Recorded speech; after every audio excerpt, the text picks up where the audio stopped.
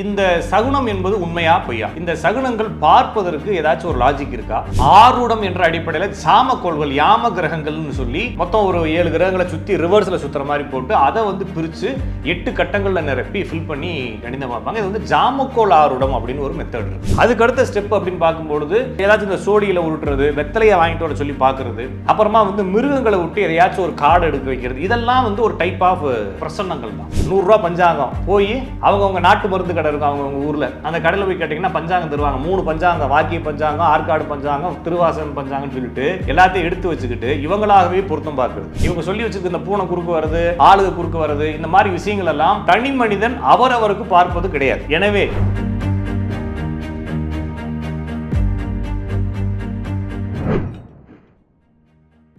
பக்தி கஃபே நேயர்கள் அனைவருக்கும் வணக்கம். நான் உங்கள் ஜோதிடன் ராஜநாடி காப்பா. மீண்டும் இந்த காணொலி வாயிலாக உங்களை சந்திப்பதில் மிகுந்த மகிழ்ச்சி. நம்ம தொடர்ச்சியாக அந்த சேனலில் ஜோதிடம் குறித்த தகவல்கள் நிறைய விஷயங்களை பார்த்துட்டு வரோம். அதுவும் எல்லாத்தையுமே எல்லாருக்கும் புரியக்கூடிய வகையில் பார்த்துட்டு வரோம். அதன் தொடர்ச்சியாக இன்று மக்களுக்கு நிறைய பேருக்கு இருக்கக்கூடிய ஒரு சின்ன சந்தேகம், சார் இந்த சகுனம், பூனை குறுக்க போனா, பள்ளி கத்துனா, காக்கா வந்தா, இது மாதிரி 1000 சந்தேகங்கள். இந்த விதவை கிராஸ் பண்ணா எப்படி சார்? இந்த ஒத்த பிராமணரை பார்த்தா ஒரே ஒரு குருக்கள் வராரு அப்படிங்கிற மாதிரி இந்த ஒத்த பிராமணரை பார்த்தா, அதுக்கப்புறம் இந்த விறகு கட்டையெல்லாம் எடுத்துட்டு போறவங்க, மரண ஊர்வலம், இதெல்லாம் பார்த்தா நல்லது கெட்டதுன்னு சொல்லி மாறி மாறி சொல்கிறாங்களே சார், இதெல்லாம் உண்மையிலேயே நாங்கள் பார்க்கணுமா? அல்லது டெய்லி நான் போகிறப்போ ஒரு பூனை வந்துட்டு தான் இருக்குது டெய்லி, அது என் டெய்லி எனக்கு விளங்காமல் தான் இருக்கா, என் வாழ்க்கையை இப்படி தான் போயிருமா, இப்படின்னு நிறைய கேள்விகள் மக்களுக்கு. இந்த சகுனம் என்பது உண்மையா பொய்யா?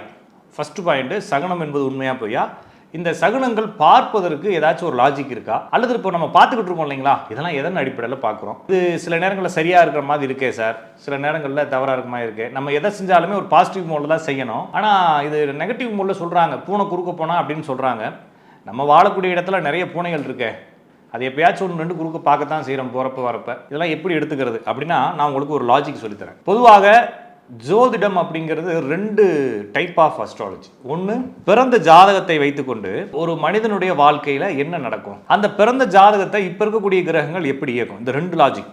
ஃபர்ஸ்ட் ஒன்று, இவருடைய விதி என்ன, இந்த விதிகள் எப்பப்போ நடக்கும் அப்படின்னு கண்டுபிடிக்கிறது 2வது லாஜிக். இந்த 2 லாஜிக்கும் வந்து ஜாதக ரீதியாக பார்க்கப்படுவது. இப்போ நீங்கள் வரீங்க, நான் உங்கள்கிட்ட பிறந்த தேதியை வாங்குறேன்.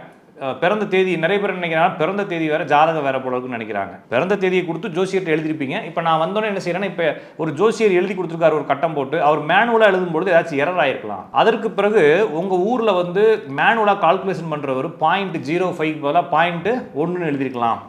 அப்போ இந்த கரெக்ஷன்லாம் வரும்பொழுது அதில் தப்பாக கூட எழுதியிருக்கிறான், அவருடைய மேனுவல் எரர் இருக்கலான்றப்ப நாங்கள் என்ன செய்கிறோம்னா, பிறந்த தேதியை வாங்கி அதுக்கு நாங்களாகவே கட்டம் போட்டு சில பலன்களை சொல்கிறோம். இது வந்து என்னன்னா, ஒரு மனிதனுக்கு பிறந்த ஜாதக அடிப்படையில் சொல்லக்கூடிய ஜாதக பலன்கள். ஜாதகம் அப்படிங்கிறதே ஒரு பிரிவு ஜோசியத்தில். அதற்கடுத்து ஆரூடம்னு ஒரு பிரிவு இருக்குது. இந்த ஆரூடத்துக்குள்ள தான் இந்த விஷயங்கள்லாம் வருது. சரி, இந்த ஆரூடம் என்பது என்ன அப்படின்னு பார்த்தா, ஒரு மனிதன் அல்லது ஒரு சம்பவம் அல்லது ஏதோ ஒரு கேள்வி, அந்த கேள்வி ஜெயிக்குமா ஜெயிக்காதா இப்படிங்கக்கூடிய விஷயத்தின் அடிப்படையில் வரக்கூடியதான் ஆரூடம். இதுக்கு வந்து தனி மனித ஜாதகம் தேவையில்லை. சரி, அப்புறம் எப்படி சார் கண்டுபிடிக்கிறது? ஏதாவது ஒரு குறிகாட்டிகள் வேணும். இந்த தனி மனித ஜாதகத்தில் இந்த கிரகங்கள் இருக்கு, 8 கோடியோன் 10 கோடியோன் 12 கோடியோன் 2 கோடியோன் 3 கோடியோன் எதையாச்சும் கிருட்டி ஒரு பலனை கொண்டு வந்துடுறாங்க ஜோசிக்காரங்க. சரி, இப்போ ஒரு தனி மனித ஜாதகம் அப்படின்னு இருக்கு. நான் பொதுவாக ஒரு சந்தேகம் கேட்குறேன், இப்போ எந்த ஜாதகத்தை எடுப்பீங்க, இல்லைன்னா எந்த குறிகாட்டிகள் எடுப்பீங்க, இல்லைன்னா எதை வச்சு புரிஞ்சுக்குவீங்க அப்படின்னா அதுலேயும் 2-3 வெரைட்டியாக பிரிக்கிறாங்க. ஒன்று பிரசன்ன மார்க்கம்னு சொல்கிறாங்க. பிரசன்ன மார்க்கம்னா வேற ஒன்றும் இல்லை. பிரசன்னம்னா இப்போ பிரசன்னமானது, பிரசன்னம்னா உதிச்சதுன்னு சொல்கிறாங்க, உதயம் அப்படின்னு சொல்கிறாங்க. உதயத்தில் 2 டைப் ஆஃப் உதயம் இருக்குது. என்னன்னா,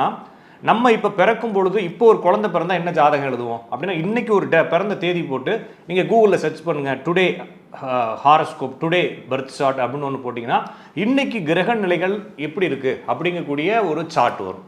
இதை வந்து ஒரு சாரார் பிரசன்னமாக பாவிக்கிறாங்க. இன்னொரு சாரார் ஆரூடம் என்ற அடிப்படையில் சாமக்கோள்கள் யாம கிரகங்கள்னு சொல்லி மொத்தம் ஒரு 7 கிரகங்களை சுற்றி ரிவர்ஸில் சுற்றுற மாதிரி போட்டு அதை வந்து பிரித்து 8 கட்டங்களில் நிரப்பி ஃபில் பண்ணி கணிதம் பார்ப்பாங்க. இது வந்து ஜாமக்கோள் ஆரூடம் அப்படின்னு ஒரு மெத்தட் இருக்குது. இன்னும் சிலர் என்ன செய்கிறாங்கன்னா, இந்த கிரகங்களை கணிதம் பண்ணுறது அது ஒரு கால்குலேஷனாக இருக்குது, அது சில கால்குலேஷன் நிறைய இருக்குது, அதுக்கு இன்னும் ஈஸியான மெத்தட் கொண்டு வரலாமே கிரகங்களே பயன்படுத்தாமல் அப்படின்னு என்ன செய்கிறாங்கன்னா, சோழி இருக்கு இல்லைங்களா, சோழி, அந்த சோழியை உருட்டி அதில் வரதை வந்து ஒரு கட்டமாக போட்டு ஃபில் பண்ணுறது. சரியாக புரிஞ்சுக்கோங்க, சோழியை 9 தடவை உருட்டி 9 கட்டங்களை நிரப்புறது ஒவ்வொரு கிரகங்களுக்கும். அடுத்து சோழியவே உருட்டி அதுலேயே ரிசல்ட் எடுத்துக்கிறது. இப்படி ஒவ்வொரு வகையாக உங்களுக்கு புரியும்னு நினைக்கிறேன். நான் வந்து ஸ்டெப் பை ஸ்டெப்பாக தான் வரேன். ஃபஸ்ட்டு கிரகங்களை வச்சு மனிதனுக்கு பலன் சொல்கிறது, அதுக்கப்புறமா ஆளே இல்லாத ஒருத்தருக்கு கேள்வி, இல்லைன்னா ஒரு பிறந்த தேதி இல்லாத ஒரு கேள்வி வரும்பொழுது அந்த கிழமையினுடைய ஜாதகத்தை எடுத்துக்கொள்வது. அப்படி இல்லாட்டினா ஜாமக்கோள் ஆருடம் ஒரு லாஜிக் இருக்குது, அதுக்கு ஒரு கணிதங்கள் இருக்குது. உதயம், ஆருடம், கவிப்பு, சூரிய வீதி, மிதுன வீதி, இப்போ மேச வீதி, மிதுன வீதின்னு சொல்லி அது ஒரு லாஜிக். இந்த இதுலலாம் போயிட்டு அதுக்கப்புறமா வந்து ஜீவன், மூலம், தாதுன்னு சொல்லி பிரித்து அது வந்து உயிரற்ற பொருளை பற்றி கேட்குறோமா, உயிரில்லாத பொருளா, உயிர் உள்ள உயிரற்ற ஜட பொருளா, இது மாதிரி லாஜிக்கெலாம் எடுத்துக்கிட்டு பலன் சொல்கிறது ஒன்னொரு ஜாமக்கோள் ஆருடம். அதுக்கு அடுத்த ஸ்டெப் அப்படின்னு பார்க்கும்பொழுது ஏதாச்சும் இந்த சோழியில் உருட்டுறது, வெத்தலையை வாங்கிட்டு வர சொல்லி பார்க்குறது, அப்புறமா வந்து மிருகங்களை விட்டு எதையாச்சும் ஒரு கார்டு எடுக்க வைக்கிறது, இதெல்லாம் வந்து ஒரு டைப் ஆஃப் பிரசன்னங்கள் தான். இந்த சகுனம் என்ற தலைப்பில் வரக்கூடியது என்ன அப்படின்றத சொல்கிறேன். அப்போ இந்த ஜோசியர்கள் இதெல்லாம் பிரசனம் பார்த்துட்டு வராங்க இல்லைங்களா, இதுக்கு எதுவுமே இல்லாமல் பொதுவாக இந்த கேரளாவை ஒட்டி இருக்கக்கூடிய இந்த தேனி, கம்பம், குமிளி, இந்த வத்தலக்குண்டு, மதுரை, இந்த பக்கமாக ஆண்டிபட்டி, இந்த பக்கம்லாம் கூட இருக்குது. இப்போ திருப்பூர், கோயம்புத்தூர், ஏன்னா கேரளா பார்டர்னா கோயம்புத்தூரும் சேர்ந்து வந்துடும். கோயம்புத்தூர், ஈரோடு, திருப்பூர் இந்த மாதிரி இப்போ இடங்கள் வந்துடும். இவங்க எல்லாமே கேரளாவுடைய அந்த சாயலுக்குள்ள வராங்க. கேரளாவில் அஷ்டமங்கல தேவ பிரசனம்னு ஒரு மெத்தட் இருக்குது. இது நம்ம ஊரில் இருக்கிறதும் தான், அந்த ஊரில் தான், எல்லாம் கலந்து தான் ஒரு பிரசனமாக வரும். இது என்ன செய்வாங்கன்னா, ஜோசியர்கள் ஒரு 5-6 பேர் கிளம்பி டீமாக வந்து உங்கள் வீட்டுக்கு வருவாங்க. இப்போ உங்களுக்கு திருப்பூர், கோயம்புத்தூர், ஈரோடு பக்கம் இருக்கிறவங்களுக்கு இது ஓரளவுக்கு தெரிஞ்சிருக்கு இது எப்படின்றது. இது என்ன செய்வாங்கன்னா, ஒருத்தவங்களுக்கு நீங்கள் பிரசன்னம் பார்க்கணும்னு சொல்லணும், சரிங்களா? அப்போ என்ன செய்வாங்க, அவங்க டீமாக கிளம்பி உங்கள் வீட்டுக்கு பிரசன்னம் பார்க்க வருவாங்க. வர வழியில் என்னென்ன தகவல்கள் அவங்களுக்கு கிடைக்குதுன்றதை கலெக்ட் பண்ணிக்கிட்டே வருவாங்க. உங்களுக்கு புரியும்னு நினைக்கிறேன். திருப்பி நான் உங்களுக்கு மெதுவாக தான் சொல்லிட்டு வரேன். சின்ன சின்ன விஷயமாக கலெக்ட் பண்ணிகிட்டே வருவாங்க. அப்போ 5 பேர் கிளம்புறாங்க, 5 பேர் 5 வீட்டிலேருந்து கிளம்புறாங்க. அவர் கிளம்பும் பொழுது என்ன சம்பவத்தை பார்த்தாரு? ஒரு ஆக்சிடென்ட்டை பார்த்தாரு. எங்கே வராரு? உங்கள் வீட்டுக்கு தான் பிரசன்னம் பார்க்க வராரு. வர வழியில் ஒரு ஆக்சிடென்ட்டை பார்த்தாரு. கிளம்பி வர வழியில் ஒரு பூனை குறுக்க போயிடுச்சு.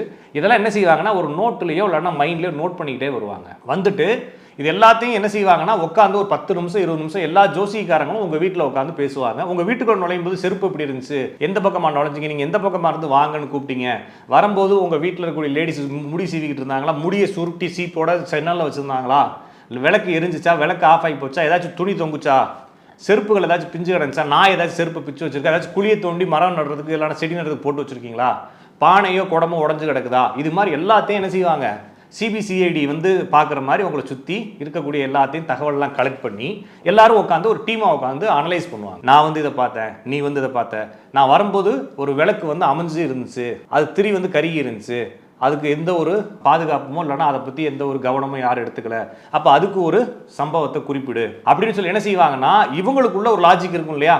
அப்போ பூனை குறுக்கு போயிருந்தா இந்த சம்பவம் நடக்கும் இந்த குடும்பத்துக்குள்ள. அப்போ அதை எப்படி பிரிக்கிறாங்க அப்படின்னா, பூனைக்கு ஒரு சில கிரகங்கள் இருக்கும், அது குறுக்க போகும்போது இவங்க குடும்பத்தை அந்த பூனை தொடர்பான கிரகம் சொல்லக்கூடிய ஏதோ ஒரு சம்பவம் நடக்க போகுது. அப்படி வரிசையாக பிரித்து என்ன செய்வாங்கன்னா, இவங்களாம் உட்காந்து கலெக்டிவாக எடுத்துக்கிட்டு, அப்போ இந்த குடும்பத்தில் இது மாதிரி ஒரு சம்பவம் நடந்திருக்கு, இந்த சம்பவத்துக்காக தான் அவங்க கூப்பிட்டுருக்காங்க, இந்த சம்பவங்கள் இப்படி தான் போய் நிற்க போகுது, அடுத்த வருஷம் இது மாதிரி சம்பவம் நடக்க போகுது, இந்த நல்லது நடக்க போகுதுன்றதெல்லாம் கலெக்ட் பண்ணி எழுதி அதை ரீட் பண்ணுவாங்க, வாசிப்பாங்க. வாசிக்கும் பொழுது அவங்க வீட்டில் இருக்கிறவங்க என்ன செய்வாங்க, புரிஞ்சுக்குவாங்க, ஓகே இதுதான் நம்ம பலன் அப்படின்னு புரிஞ்சுக்குவாங்க. இப்போ நீங்கள் சரியாக இவ்வளோ தூரம் கேட்டு வந்தீங்க இல்லைங்களா, இதில் இந்த பூனை குறுக்க போகிறது, நாய் குறுக்க போகிறது, காக்கா பறந்து வர்றது, சரிங்களா, பணம் குறுக்க போகிறது, ஒரே ஒரு குருக்கள் வரார், இதெல்லாம் இருக்கிறதெல்லாம் யாருக்கு அப்படின்னா, சகுனம் பார்க்க நிமித்தம் பார்க்க வந்தாங்க இல்லைங்களா, ஜோசிக்காரங்க டீமா கிளம்பி வந்தாங்க. வரும்போது பார்த்துக்கிட்டே வந்தாங்க, உங்களை யாரும் பார்க்க சொல்லல. நிறைய பேர் என்ன நினைக்கிறாங்கன்னா, நான் கம்பெனிக்கு போறப்ப பூனை குறுக்க வந்துருச்சுன்னு சொல்றாங்க. இதை யாரும் சொல்லல.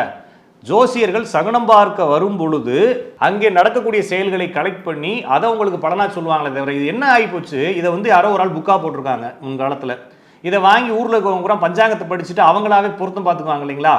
100 ரூபா பஞ்சாங்கம் போய் அவங்க நாட்டு மருந்து கடை இருக்கும் அவங்க ஊரில், அந்த கடையில் போய் கேட்டிங்கன்னா பஞ்சாங்கம் தருவாங்க. 3 பஞ்சாங்கம், வாக்கிய பஞ்சாங்கம், ஆற்காடு பஞ்சாங்கம், திருவாசன் பஞ்சாங்கம்னு சொல்லிட்டு எல்லாத்தையும் எடுத்து வச்சுக்கிட்டு இவங்களாகவே பொருத்தம் பார்க்குறது, இவங்களாகவே மாப்பிள்ளை பார்க்குறதுன்னு ஒன்று செய்வாங்களே, அது மாதிரி இவங்களாகவே சகுனம் பார்க்கறதுக்காக வாங்கப்பட்ட புக்குகள் தான் கடைசியில் என்ன ஆகி போச்சுன்னா, இவங்க கம்பெனிக்கு போகிறப்ப பூனை வந்தா, இவங்க கம்பெனிக்கு போகிறப்ப விறகு வெட்டினவங்க வந்தான்னு சொல்லி என்ன செஞ்சுட்டாங்கன்னா, இவங்களுடைய நடைமுறையோடு அதை இணைச்சிட்டாங்க. சரியா புரிஞ்சுக்குங்க, சகுனம் என்பது, நிமித்தம் என்பது, இவங்க சொல்லி வச்சிருக்க இந்த பூனை குறுக்கு வருது, ஆளுக குறுக்கு வருது, இந்த மாதிரி விஷயங்கள் எல்லாம் தனி மனிதன் அவரவருக்கு பார்ப்பது கிடையாது. எனவே நீங்கள் இனிமேல் எங்கேயாச்சும் ஒரு முக்கியமான காரியத்துக்கு கிளம்பும்போது பூனை வந்துச்சு, நாய் வந்துச்சு, எருமாடு வந்துச்சு, ஆள் வந்தான்னு சொல்லி எதையுமே தள்ளி போடாதீங்க. எல்லா நேரம் நல்ல நேரம் தான். இந்த ஜோசியக்காரங்க சில விஷயங்களாக செல்லும் பொழுது, இப்போ பல ஜோசியக்காரங்க என்ன செய்வாங்க அப்படின்னா, இப்போ காலையில் கிளம்பி போகிறாங்க இல்லைங்களா வேலைக்கு போகிறப்பே சில சம்பவங்கள் அவங்களுக்கு முன்னால் நடக்கும். அப்போ என்ன செஞ்சுக்குவாங்கன்னா, தனக்கு வரக்கூடிய இன்னைக்கு வரக்கூடிய கிளைண்ட் எல்லாம் இந்த மாதிரி பிரச்சனையோட வருவாங்கன்னு நினைச்சே உள்ள போவாங்க. இதெல்லாம் வந்து ஒரு ஜோசியருடைய லாஜிக். நாங்கள் வந்து எதையாச்சும் ஒரு படம் சொல்லணும் இல்லைங்களா, அப்போ இதெல்லாம் நடக்கிறதுக்கு மாதிரி ஆளு தான் இன்னைக்கு சந்திப்போம்னு சொல்லி உங்களுக்கு ஒரு லாஜிக். அப்போ என்னன்னா, ஜோசிக்காரங்க எப்பயுமே இந்த மாதிரி சிந்திச்சுக்கிட்டே இருப்பாங்க. அப்படி சிந்திக்கும் போது தன்னை சுற்றி நடக்கக்கூடிய தகவல்கள் அனைத்தும் தான் சொல்ல வேண்டிய தகவல்களாக அவங்க எடுத்துக்கிட்டு வரவங்களுக்கு சொல்றாங்க அப்படிங்கிற அடிப்படையில் தான் இதை நம்ம அணுக வேண்டியது இருக்கே தவிர, நீங்க பாட்டுக்கு எதையாச்சும் ஒண்ணா உங்களுடைய வாழ்க்கையில ஏதாச்சும் ஒரு நல்ல விஷயங்கள் நடக்கும்போது கரண்ட் போயிருச்சு. நேற்று ஒரு ஜாதகம் பார்த்தேன் ஒரு லேடிக்கு. அந்த லேடி வந்து எங்க வீட்டுக்காரரு என்ன ஒரே திட்டுறாரு, என்ன வந்து ஒரே கொடுமைப்படுத்துறாரு அப்படின்னு சொல்றாங்க. சரி உங்க வீட்டுக்காரர் பிறந்த தேதி சொல்லுமா அப்படின்னு பிறந்த தேதி சொல்றாங்க 20 அப்படிங்கிறாங்க. ஐயோ அப்படிங்கிறாங்க. ஏன்னு கரண்ட் போயிருச்சுங்கிறாங்க. இவன் கரண்ட் தானமா போச்சு, நீ வாயில தானே பேசுற, இருட்டுக்குள்ள உட்காந்து பேசுனா கூட சொல்லலாம்ல. இல்லை சார் நல்ல விஷயம் பேசுறப்ப கரண்ட் போச்சு, நல்ல விஷயம் பேசுறப்ப கரண்ட் போச்சு, கரண்டே இப்போ தான் கண்டுபிடிச்சான் இல்லைங்களா. அப்போ இதெல்லாம் வந்து மென்டலி நம்ம வந்து என்ன ஆகிறோம்னா டிஸ்டர்ப் ஆகிறோம். எனவே இந்த மாதிரி தேவையில்லாத குழப்பங்கள். இளையராஜா ஃபர்ஸ்ட் மியூசிக் போடுறப்ப கரண்ட் போச்சு, எவ்வளோ பெரிய ஆளாயிட்டா இருப்ப. அப்படித்தான் நம்ம என்ன சொல்லணும், ஒரு பக்கமாக பாசிட்டிவாக ஓட்டிக்கணுமே தவிர இந்த முகூர்த்தம், ஆருடம், பிரசன்னம், நிமித்தம், சகுனம் இது மாதிரி எல்லா விஷயங்களும் நீங்கள் பார்ப்பதற்கல்ல, உங்களை பார்க்கக்கூடிய ஜோதிடர் உங்களுக்கு சொல்வதற்காக, தகவல்களை சேகரிப்பதற்காக எழுதப்பட்ட நூல்களில் உள்ளது. நீங்கள் என்ன செய்றீங்கன்னா, ஜோசியருடைய புத்தகத்தை வாங்கி வச்சுக்கிட்டு ஜாதகராக இருந்து படிக்காதீங்க. ஒருவேளை நீங்களும் ஜோசியர் ஆகிறீங்க அப்படின்னா அந்த புத்தகத்தை படித்து நீங்கள் நாளைக்கு பலன் சொல்கிறதுக்கு பயன்படுத்துங்க. நான் வரும்போது பூனை குறுக்க வந்துச்சு, ஒரு ஆளை பார்த்தேன், சேகர் குறுக்க வந்தான், முருகன் குறுக்க வந்தான், உனக்கு இந்த பலன்னு சொல்லுங்கள். அதுதான் சரியானதை தவிர, நீங்கள் உங்கள் வீட்டுக்கு ஒரு புத்தகத்தை வாங்கி வச்சுக்கிட்டு ஜோசியர் சொல்லக்கூடியதெல்லாம் நீங்கள் வச்சுக்கிட்டு, நான் வந்து காலைல பாத்ரூம் போனேன், பூனை குறுக்க வந்துச்சு, நான் பாத்ரூம் போகாமல் நாளைக்கு காலைல போய்க்கிறேன்ற முடிவுலாம் எடுக்கிறது தப்பு அப்படிங்கிறத புரிஞ்சுக்குங்க. எனவே சகுனம், நிமித்தம் இது மாதிரி எல்லா விஷயங்களும் ஜோதிடர்கள் பலன் கூறுவதற்காக வந்ததே தவிர அவங்கவங்க பார்க்கறதுக்கானது இல்லை. அதனால தான் இதெல்லாம் பஞ்சாங்கத்தில் எழுதுனாங்க இல்லைங்களா. அப்போ கெவிலி கத்துறது, பள்ளி கத்துறது, பள்ளி விழுகிறதுலாம் பார்த்தீங்கன்னா அந்த ஜோதிட நிலையத்துக்குள்ளே வந்து, அப்போ மக்களுக்கு பொதுவாக இந்த ஜோதிட தகவல்கள் யூடியூப்பில் பார்க்குறாங்க இல்லைங்களா, 8ஆம் அதிபதி 9ஆம் அதிபதினு யாராச்சும் சொல்கிறத இதுதான் ஜோசியம்னு நினச்சிட்டு இருக்காங்க. ஒரு காலத்தில் லக்னமே பிரிக்க மாட்டாங்க, ஜாதக கட்டத்தை போட்டுக்குவாங்க. இன்னைக்கு ஜாதக கட்டத்தை இல்லைன்னா யாமகிரகங்களை நிரப்பிட்டு கீழே பாய் விரிச்சு உட்காந்துருப்பாங்க ரூம்களுக்குள்ள. நீங்க பார்த்துருப்பீங்க கிராமங்களில். அவர் என்ன செஞ்சிருப்பாரு, ஒரு ஓரமா ஒரு சின்ன ஒரு டெஸ்க் மாதிரி சின்ன கைப்பழக்கம் மாதிரி போட்டு உட்காந்துக்கிட்டு, சம்மணங்கால் போட்டு உட்காந்துருப்பாரு. அது கீழே தான் உட்காந்துருப்பாரு, சுற்றி பாய் இருக்கும். ஜாதகம் உள்ள போன உடனே நம்ம என்ன செய்வோம்னா, சதுரமா இந்த ஒத்த பாய் போட்டிருப்பாங்க, நம்ம பந்தி பாயின்னு சொல்லுவாங்க இல்லைங்களா, அது மாதிரி தான் போட்டிருப்பாங்க. செவுத்துல உட்காந்து சாஞ்சு உட்கார்றதுக்காக சதுரமா போட்டிருப்பாங்க. நீங்க உள்ள போன உடனே ஏதாச்சும் ஒரு இடத்த தேர்ந்தெடுத்து உட்காந்துக்க போறீங்க இல்லையா. அப்ப அவங்களுக்கு மனசுக்குள்ள அந்த ரூமையே, இது ஜாமக்கோல் படிச்சவங்களுக்கு புரிஞ்சிருக்கும் எப்படி வந்து ஆரோடமோ உதவியுமே எடுக்கிறதுன்னு. ஆரோட எடுக்கிறது ஈஸியான வேலை இது. அப்ப இப்ப அந்த சிஸ்டம் இல்லாததுனால, ஒரு காலத்துல அந்த சிஸ்டம் இருந்துச்சு, இப்ப அந்த சிஸ்டம் இல்லை. எல்லாமே ஆன்லைன்ல வராங்க, போன்ல வராங்க. ஆஃபீஸில் நான் ஒரு சின்ன டேபிள் போட்டேன், ஒரே ஒரு சேர் தான் போட்டிருக்கேன், வரவே பூரா அங்கே தான் உட்காரணுன்றதுனால அதெல்லாம் மாற்றிட்டாங்க. மாற்றி என்ன செஞ்சுட்டாங்க, 1 மணி நேரத்துக்கு 60 நிமிடங்கள், 12:5. அப்போ 5, 10, 15, 20, 25 வருது இல்லையா. அப்போ 12 கட்டங்களுக்கும் 5 நிமிஷம் ஆறுடும். இப்போ 6:45 வரீங்க, 40க்கு ஒரு கட்டம், 45க்கு ஒரு கட்டம். 6:50 வரீங்க, கும்பத்தில் கவிப்பு விழுந்திருக்கு, ஓகேங்களா, கும்பத்தில் ஆறுடம் விழுந்திருக்கு அப்படின்னு எடுத்துக்குவாங்க. அப்போ புரிஞ்சுக்கிட்டீங்களா. அப்போ இதுக்கு முன்னால எப்படி செஞ்சுக்கிட்டு இருந்தாங்க அப்படின்னா, உதயமெல்லாம் எழுதிடுவாங்க, எல்லாமே கணிச்சிருவாங்க, கணிச்சிட்டு ஆறுடம் போடாமல் வச்சிருப்பாங்க. அப்போ ஜாதகர் வந்து அப்படியே வந்து இந்த சைடு உட்காந்துருக்காரு, அந்த இடம் என்ன ராசின்னு இவங்களுக்குள்ள இந்த ரூமை வந்து என்ன பண்ணிப்பாங்க, 12 ராசியா பிரிச்சு வச்சிருப்பாங்க. அப்போ அவர் வந்து உட்காரக்கூடிய ராசியை ஆறுடமாக எழுதுவார்கள். அதுல இருந்து என்ன செய்வாங்க, அப்போ ஆறுடம் என்ன சொல்லுது, இவர் எதுக்கு வந்திருக்காருன்றது அங்கிருந்து தான் கணிக்க ஆரம்பிப்பாங்க. இது வந்து யாருக்கு குறிப்பிட்டிருக்கிறது அப்படின்னா, ஜோசியருக்கு குறிப்பிட்ட கணிதம்.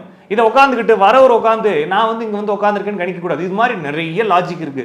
ஒரு ஜாதகர் எங்க உட்காந்தா என்ன பலன் சொல்லணும், ஒரு ஜாதகர் வரும்போது என்ன ட்ரெஸ் போட்டு வந்தா என்ன பலன் சொல்லணும், வரும்போது கத்திரி வாங்கிட்டு வந்திருக்காரு, வரும்போது ஏதோ ஒரு மாலை வாங்கிட்டு வந்திருக்காரு, வரும்போது 2 ஆட்டை பிடிச்சிட்டு வந்து வெளியே கட்டி வச்சுட்டு ஜாதகம் பார்க்க வராரு, வரும்போது பொம்பளை பிள்ளை 2 கூட்டு வந்திருக்கிறாரு, புருஷனும் பொண்டாட்டி வந்திருக்காங்க, ரொம்ப வயசான ஒரு கிழவி ஒன்று கூட வந்திருக்கு. இது மாதிரி வரக்கூடிய தகவல்களை எல்லாம் கலெக்ட் பண்ணி அதுக்கு பலன் சொல்ற மெத்தடுன்னு கிராமங்கள்ல இன்னும் இருக்கு. ஏன்னா கிராமங்கள்ல நிறைய பேருக்கு ஜாதகம் இருக்காது. சரியா உங்களுக்கு புரியும்னு நினைக்கிறேன். ஒருத்தங்க வருவாங்க, சாமி நான் ஒரு ஜாதகம் பொண்ணு பார்க்க போறேன், உன் பையன் பேர் என்ன, என் பையன் பேர் முருகேசன். அப்படியா, சரி முருகேசன் பிறந்த தேதி தெரியுமா, அதெல்லாம் தெரியாது சாமி, எம்ஜிஆர் இறந்தார்ல அதுக்கு 2வது நாள் பிறந்தேன்னு சொல்லுவாங்க. என்ன ராசி நட்சத்திரம்லாம் தெரியாது, ராசி ஏதோ மேசமோ கடகமோ சொன்னாங்கன்னு வருது. அப்ப நீங்க என்ன செய்வீங்க, ஜோசிகாரருடைய பொறுப்புல என்ன செய்ய வேண்டியது, அன்னைக்கு கிரக நிலைகளை போட்டு கணக்கு பண்ண வேண்டியதா இருக்கு. இல்லைன்னா போய் வெத்தலை வாங்கிட்டு சொல்லுவாங்க ஜோசிகாரங்க, பாக்கோட சேர்த்து 12 வெத்தலை அவர் கடைக்காரர் கொடுத்து அனுப்புவார். இவர் என்ன கேட்பாருன்னா, நான் வந்து இந்த பக்கமா உசிலம்பட்டி பக்கத்துல ஒரு சின்ன கிராமம், அங்கே ஏதோ நம்மளுக்கு வகையறா பொண்ணு ஒன்று இருக்குன்னாங்க, பார்க்கலான்னு போறோம்,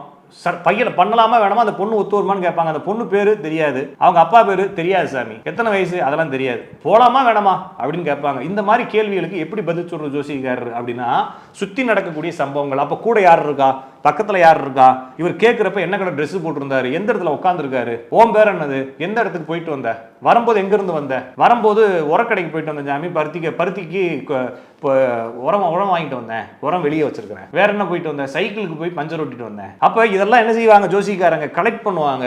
கலெக்ட் பண்ணி இந்த சம்பவம் செய்யக்கூடியதா செய்யத்தகாததா அப்படிங்கிறத புரிஞ்சுக்கிட்டு என்ன செய்வாங்க, மக்களுக்கு பரிந்துரைப்பாங்க. இந்த விஷயம் செய்யாத, நான் வீட்டுக்கு கிளம்பு, அது வேணாம், சரியா வரல அப்படின்னு பரிந்துரைப்பாங்க. இதெல்லாம் கலெக்ட் பண்ணி சொல்றது ஜோசிகாரோட வேலை. இந்த ஜோசிகாரர் புத்தகத்தை இப்போ எப்படி யூடியூப்ல படிச்சு உங்க ஜாதத்தை போட்டே குழப்பிக்கிறீங்க, யூடியூப்பை பார்த்து யூடியூப் இந்த பக்கமா வச்சுக்கிறது, இந்த பக்கம் உங்க ஜாதத்தை வச்சுக்கிட்டு ரெண்டையும் போட்டு குழப்பி கடைசியில் இது ஒரு யூடியூப் இல்லை, இதுலேயே 15 பேர்த்தோட வீடியோ பார்க்குறது, ஒருத்தர் சுபத்து வலுன்னுவார், இன்னொருத்தர் சுண்டகால புழுன்னுவார், இப்படியே போட்டு குழப்பிக்கிட்டே இருக்கிறது இல்லாம மாதிரி அந்த காலத்தில் என்ன செஞ்சுருக்காங்கன்னா இந்த புத்தகங்களை வைத்து குழப்பிக் கொண்டிருக்கிறார்கள். இவர்களுடைய வேலை என்னன்னா நிமித்தம் சகுனம் இதெல்லாம் எடுத்து போட்டு குழப்பிக்கிட்டு இது தனி மனிதனுடைய வாழ்க்கைன்னு நினைச்சிட்டு இருக்காங்க. இது வந்து ஜோதிடருடைய செயல்பாடுகளில் ஒன்று. எனவே பூனை குறுக்கு போச்சு, நாய் ஜம்ப் பண்ணி விழுந்துச்சு, காக்கா பறந்து போச்சுன்றதுக்காக உங்க வாழ்க்கையில எதையுமே நிறுத்த தேவையில்லை. இதெல்லாம் ஜோசியர்களுக்கானது. சரியாக ஜோசியத்தை புரிஞ்சுக்கிட்டீங்கன்னா இது சரியான துறை. இதை தப்பா புரிஞ்சுக்கிட்டா மூட நம்பிக்கையினுடைய உச்சமான துறை ஜோசியத்துறை தான். எனவே ஜோதிடத்தில் அந்த ஆருடம், நிமித்தம், சகுனம், பிரசன்னம் இதெல்லாம் ஜோசிக்காரங்க பார்க்கட்டும். நீங்கள் உங்கள் வேலையை எப்போ வேணாலும் பாருங்கள். எத்தனை பூனை குறுக்க ஓடினாலும் சரி, நீங்கள் பூனை வண்டியவே எடுத்துக்கிட்டு வேலைக்கு போனாலும் சரி, உங்களுக்கு எந்த ஒரு தடையும் வராது. உங்களுக்கு நேரம் சரியாக இருக்குதான்னு ஒரே ஒரு ஜோசியத்தை கரெக்டாக பார்த்துக்குங்க. நேரம் சரியாக இருந்தால் யார் கூட குறுக்க வந்தாலும், பூனைன்னு எவனாச்சும் பேர் வச்சு குறுக்க வந்தால் கூட நீங்கள் தைரியமாக போகலாம், எந்த ஒரு தடையும் இல்லை. எனவே சகுனம் என்பது உங்களுக்கானதல்ல, ஜோதிடருக்கானது. ரொம்ப போட்டு மனசை குழப்பிக்காதீங்க. அடுத்தடுத்த வீடியோக்கள் நிறைய தகவல்களை பரிமாறிக்கலாம். நன்றி, வணக்கம். இந்த வீடியோ உங்களுக்கு பிடிச்சிருந்தா லைக் பண்ணுங்க, ஷேர் பண்ணுங்க, கமெண்ட் பண்ணுங்க. மறக்காம பெல் பட்டனை கிளிக் பண்ணிட்டு பக்தி கஃபே தமிழ் சேனலை சப்ஸ்கிரைப் பண்ணிடுங்க.